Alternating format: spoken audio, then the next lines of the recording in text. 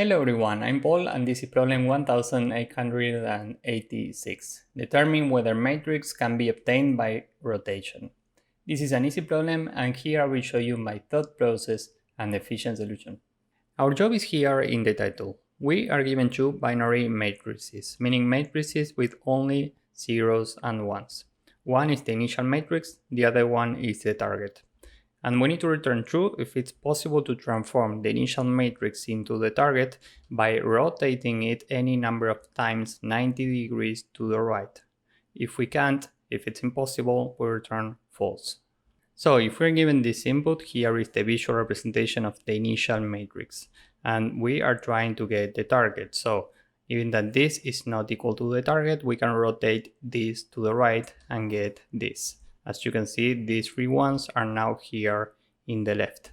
And this is still not the target, so we can rotate this to the right again and get this.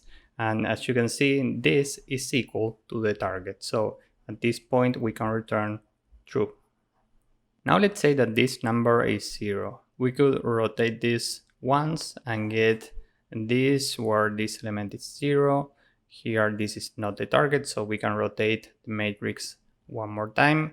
Now this element is 0 and we get this, and this is still not the target, so we could rotate this one more time. And now this is not the target neither, and it doesn't make sense to rotate this again, because if we do this we get the initial matrix and we know that this is not valid neither. So we have only 4 possibilities.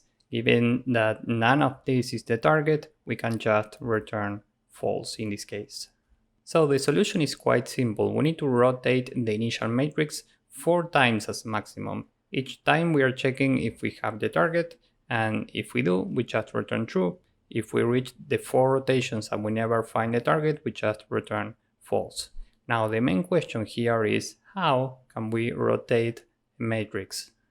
We want to rotate this matrix 90 degrees to the right once. So after the rotation, we get this.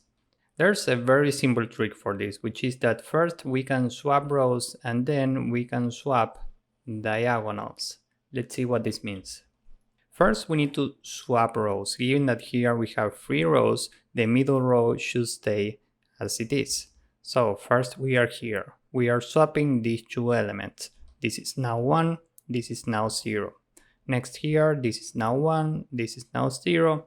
Next here, this is 1, and this is 0. And now we need to swap diagonals. So we start from this one. This number is now 1 and this number is 0. Next here, this number is now 1 and this number is now 0. Next here, this number is 0 and this is 0 also. And with this simple trick, now we have successfully rotated the matrix 90 degrees to the right. As you can see, this is equal to this. Now, if we want to rotate this again, we repeat the exact same process. First, we swap rows, then we swap diagonals. And we repeat this rotation at most 4 times. So with this in mind, now let's see how to code this up. We will use a function for rotations. We are calling this rotate, and this takes some matrix. So we can see that n is the length of the current matrix, and now we can run our process. First we swap rows, then we swap diagonals. So for I in range half of the rows, n divided by 2, and for j in range n, we say that the current number is matrix ij, and the number in the second half is matrix at the last index, meaning n minus 1 minus the current I, and j stays as it is. Now we swap elements like this in Python. We change the order, so this is matrix ij, and we can do something very similar for diagonals. We say for I in range n, for j in range I plus 1. The current number is matrix ij, and the number in the second half is matrix ji. And we swap these 2 elements, so this is matrix ij, and after all of this we can return matrix equals target. So if this is true, we return true, else we return false. And with this function, we can say for I in range 4, meaning in 4 rotations, we are checking if rotate matrix is true. Because if this is true, we just return true. Else, if we don't find the target anywhere, we just return false. So this is the entire code. Now let's submit this and see if it works.